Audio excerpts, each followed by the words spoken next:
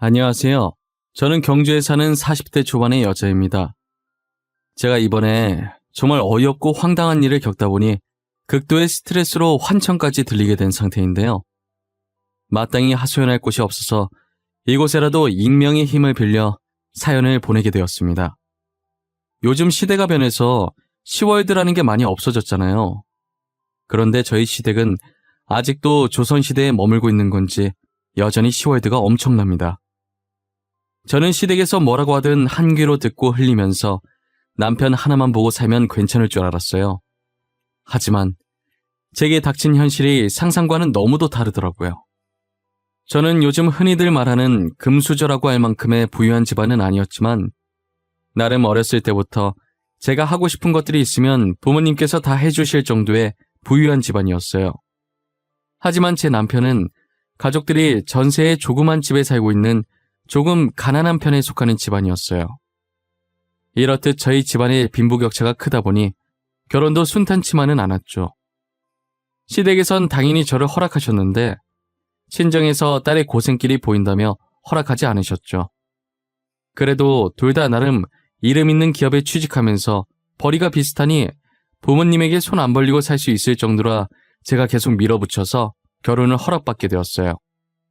신혼집도 저희가 알아서 하려고 했는데 부모님께서 축하 선물로 주시고 싶다고 난리셔서 어쩔 수 없이 친정 부모님께 50평짜리 아파트를 받게 되었어요.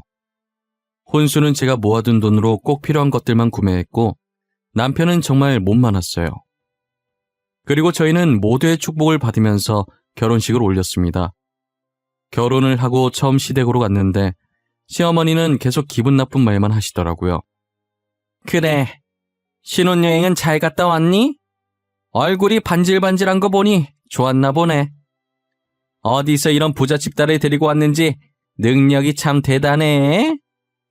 도대체 또 뭐가 불만이라 이렇게 비꼬시는 거예요? 그냥 대놓고 말씀을 하세요. 사람 면전에 대고 무안 주지 마시고요. 너네는 여행 갔다 와서 빈손으로 왔니? 선물 없어? 보통 선물을 사들고 오는 게 예의 아닌가? 그런 건 안 가르쳐줬나 봐. 죄송해요, 어머님. 저희도 여행 도중에 돈을 잃어버리는 바람에 경황이 없어서 사지 못했어요. 다음에 또 여행 가면 그땐 꼭 어머님이랑 아가씨 선물까지 사올게요. 도대체가 얼마나 덤벙거리며 돈을 잃어버려. 여자가 꼼꼼해야 집안 살림도 잘하지. 그렇게 덤벙거려서 되겠어? 그래서 뭐 하나 제대로 하는 게 있겠냔 말이야. 이 사람이 잃어버린 게 아니라 제가 잃어버렸어요. 그러니까 사람 좀 그만 잡으세요. 결혼한 지 얼마나 됐다고 벌써 시어머니 행색을 하시는 거예요. 언제 결혼했든 결혼했으면 내가 시어머니니까 시어머니 행세하는 거지. 야, 너네 이제 집에 가. 더 있다간 나만 열받을 것 같으니까. 시어머니는 뭐가 그렇게 불만인지 저희만 보면 잡아먹을 듯이 달려들었어요. 저는 어차피 분가에서 사니까 볼 일이 별로 없어서 한 귀로 듣고 한 귀로 흘렸죠. 명절마다 시댁에 가면 시어머니는 어떻게 하면 나를 괴롭힐 수 있을지 연구를 하는 것 같아요. 제게 비꼬는 실력이 나날이 늘어가더라고요. 그만큼 저도 흘려듣는 기술이 날로 늘어갔죠.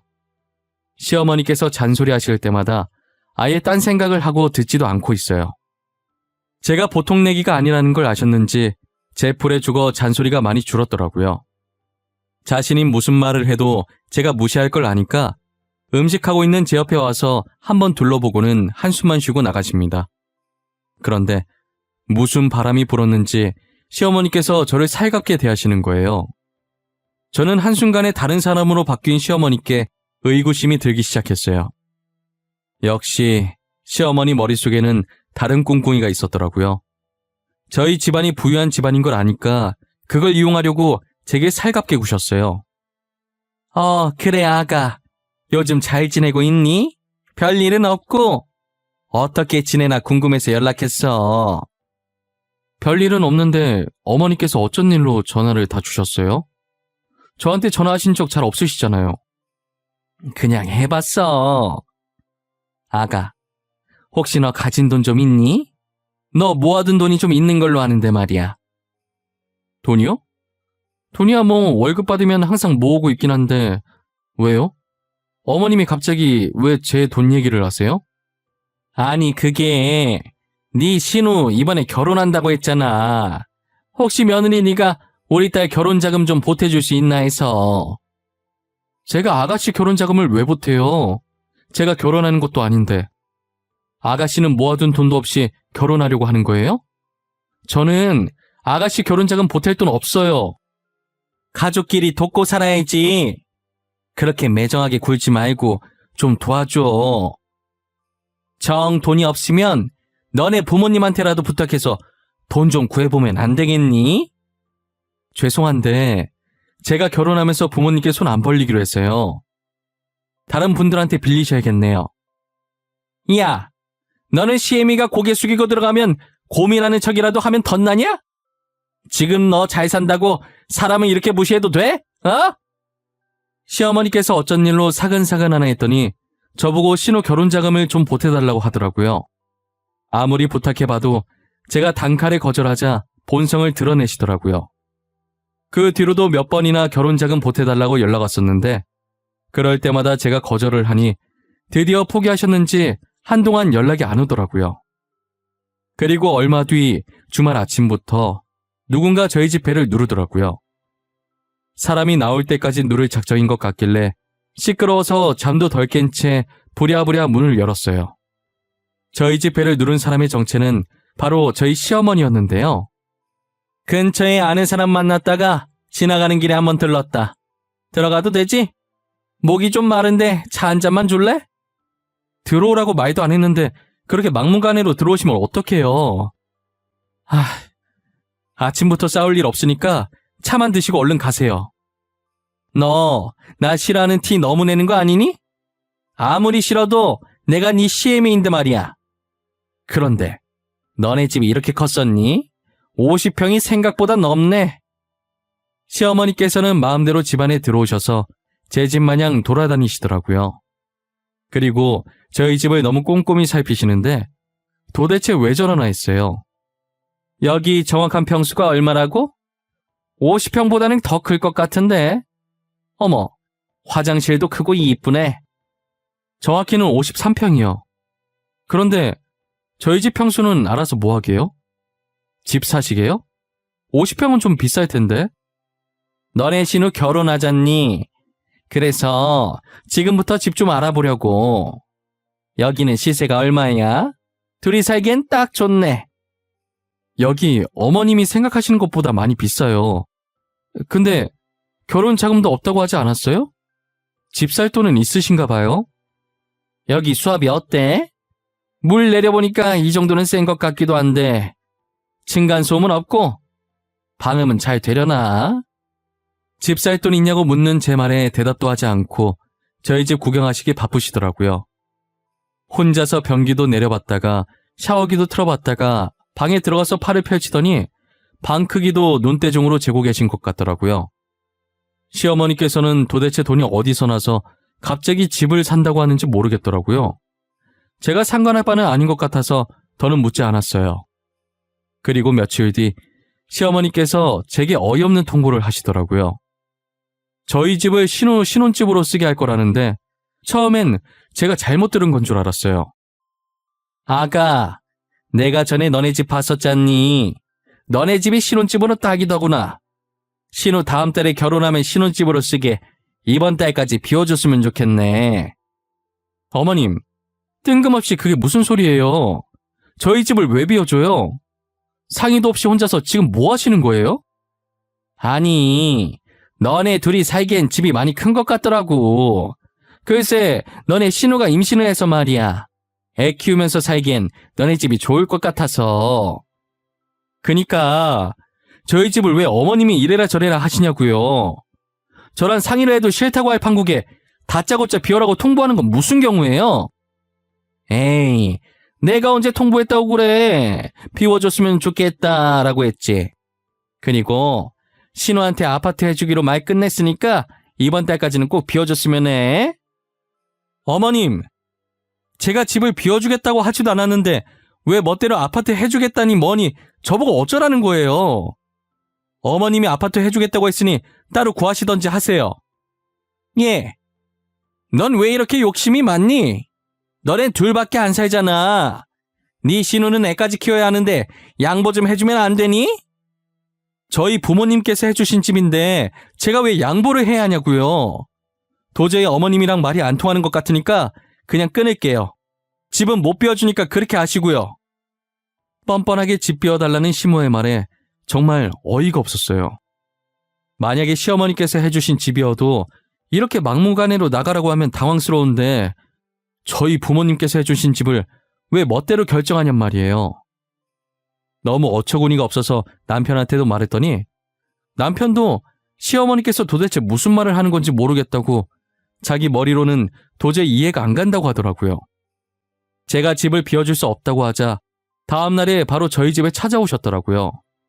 그러면서 집 비울 때까지 자기는 여기서 한 발자국도 안 나갈 거라고 떼를 쓰기 시작하셨어요. 시어머니께서 부른 것인지 아가씨까지 저희 집으로 왔더라고요. 새언니, 집을 비워주겠다고 해놓고 왜 이제 와서 못 비워준다고 난리예요. 당장 집 비워주세요. 저 결혼 못하면 다 언니 때문이에요.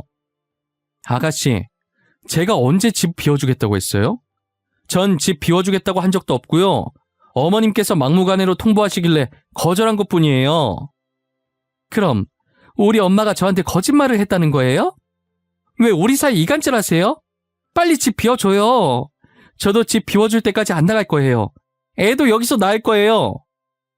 아니, 남의 집에 와서 집 내놓으라고 행패 부리는 건 무슨 경우예요? 여기 저희 부모님이 사준 제 집이에요. 어머님이랑 아가씨가 이래라 저래라 할 자격 없어요. 늙은 CM이랑 홀몸도 아닌 애가 이렇게까지 하는데 눈 하나 깜빡 안 하는 독한 기집애.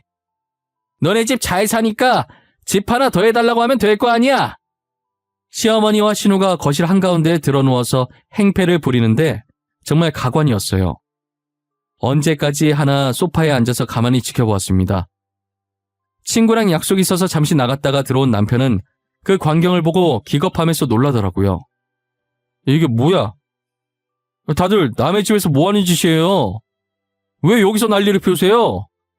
당장 저희 집에서 나가세요. 지금 당장요! 우리가 왜 나가? 한 입으로 두말한 사람이 누군데 우리가 나가냐고! 집을 준다고 했으면 줘야지 왜 말을 바꾸냐고! 아니 아가씨, 제가 언제 집을 준다고 했냐고요? 왜 계속 제가 하지도 않은 말을 했다고 우기세요? 우리는 절대 못 나간다. 너네가 집 비워줄 때까지 여기서 꿈쩍도 안 할 거야. 나가려면 너네가 나가. 여기 우리 딸 집이야. 이러는 거 창피하지도 않으세요? 그간 같이 살아왔던 정으로 봐주는 것도 여기까지예요. 원래도 친자식 아니잖아요. 저 이제 어머니 대접 안 해드릴 겁니다. 그러니까 제발 적당히 좀 하세요. 잠시만, 당신 방금 뭐라 그랬어? 친자식이 아니라고? 지금 이게 무슨 소린지 나한테 설명 좀 해야 할 것 같은데? 알고 보니 남편은 시어머니의 친자식이 아니었더라고요. 남편은 시아버지와 전처 사이에 낳은 자식이었고 신우는 시어머니가 시아버지랑 재혼을 하기 전에 다른 남자와 낳은 자식이었어요. 시아버지와 현재 시어머니는 불륜 관계셨고 그걸 아신 남편의 친모는 충격에 술로 버티시다가 결국 세상을 떠나고 말았죠. 시어머니는 계모 중에서도 최악의 계모였다고 하더라고요. 시어머니는 신우를 시아버지 아이라고 속이고 결혼한 것이었거든요. 남편의 친모는 불륜 사이보다 신우의 존재가 더 충격이었던 거죠. 결국 시어머니의 거짓말로 인해 남편의 친모가 돌아가신 거나 마찬가지였어요. 시아버지도 신우가 크면서 자신과 닮은 구석이 없고 혈액형도 다르길래 몰래 유전자 검사를 해서 친자식이 아니라는 사실을 알았어요. 그리고 전처처럼 술로 하루하루를 보내다가 세상을 떠난 것이고요. 한마디로 시어머니 때문에 남편의 가정이 파탄이 난 것입니다. 하지만 시어머니와 살아온 세월이 있어서 계속 어머니 대접을 해줬다고 하더라고요. 제가 지금까지 저희 가정 파탄낸 사람을 어머니라고 모시고 살아줬으면 감사하다고 해도 모자랄 망정 지금 이게 무슨 짓이에요? 내가 언제 너한테 어머니 대접해달라고 부탁했니? 난 어머니 대접해달라고 한 적도 없는데 왜 혼자 생색이야? 어머님, 아니다. 이제 어머님 아니구나.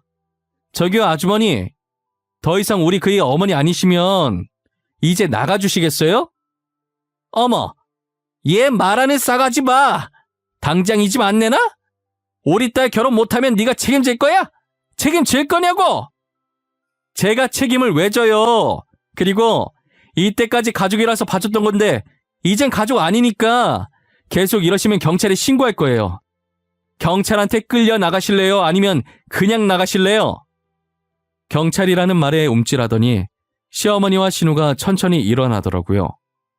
일어나서 저를 째려보고 있길래 휴대폰을 들어 112 누르는 신용을 하니까 나가려고 했다면서 가방을 챙겨 들고 후다닥 나가더라고요.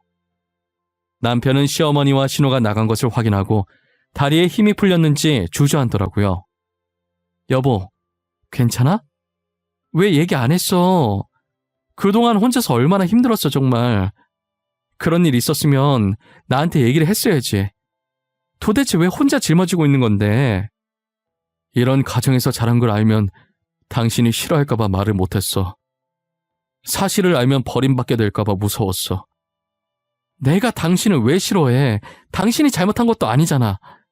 힘든 일 있으면 같이 나누는 게 부부 아니야? 미안해. 내가 생각이 짧았어. 난 내 선에서 해결할 수 있을 줄 알았어.